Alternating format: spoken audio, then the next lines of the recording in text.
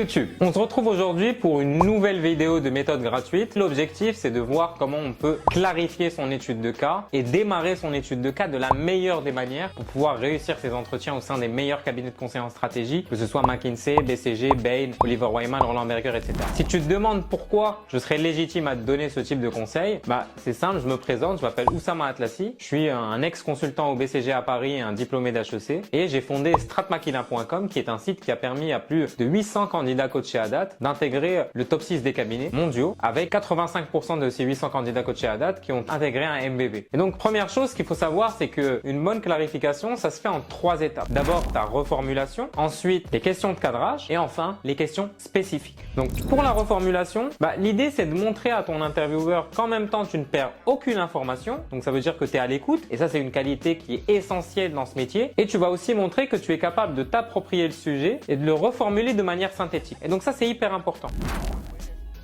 Deuxième partie de ta clarification, c'est le fait de clarifier avec ce qu'on appelle des questions de cadrage. Et en fait, les questions de cadrage sont des questions qui sont adaptées à tous les types d'études de cas. Donc l'idée ici, c'est de piocher parmi cette liste de questions et de se dire, ok, quelles informations je pourrais collecter et qui pourront m'être hyper utiles pour préparer ma structure d'approche et pour pouvoir résoudre ce cas. Dans ces questions, tu vas avoir évidemment les questions sur l'objectif. Quel est l'objectif du client? Est-ce qu'il l'a quantifié? Quelle est la deadline du client? S'il nous contacte pour un problème, par exemple une baisse de profit, une baisse de croissance, depuis quand est-il confronté à ce problème? Vous voyez ici, sur le temps, on a l'horizon de déclaration du problème et son horizon de résolution. Ensuite, c'est quoi le périmètre géographique qui est pertinent pour notre projet? Ça, c'est hyper important de le savoir aussi. Et après, tu vas avoir certaines questions qui sont plutôt des questions pour montrer que tu réfléchis comme un consultant et que tu cherches à identifier les grosses masses et à vraiment t'intéresser au business model de ton client. Donc, quels sont les différents produits ou services qu'il commercialise et comment sont-ils répartis en pourcentage? Et c'est hyper important d'avoir ce breakdown. De même, quels sont les segments clients adressés par notre client et comment sont-ils répartis? Et de même, quelles sont les sources de revenus de notre client, comment sont-elles réparties? Quels sont les canaux de distribution de notre client et comment sont-ils répartis?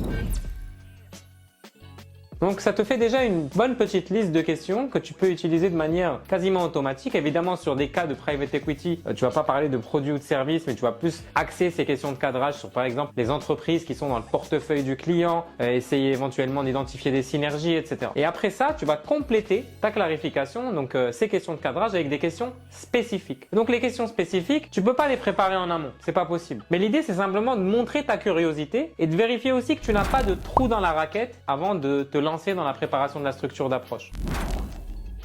Donc pour résumer, mon intervieweur me donne un intitulé de cas, je souligne tous les mots qui me paraissent questionnables et ensuite je reformule mon cas en montrant que j'ai perdu aucune information, en montrant aussi que je suis capable d'être synthétique. Je pose des premières questions de cadrage qui vont permettre déjà d'éliminer certains mots questionnables que j'ai soulignés et je réfléchis en live à des questions spécifiques à poser. Voilà, c'est tout pour la méthode de la clarification. Si jamais tu veux d'autres conseils gratuits pour pouvoir préparer tes entretiens au sein des meilleurs cabinets de conseil en stratégie, abonne-toi!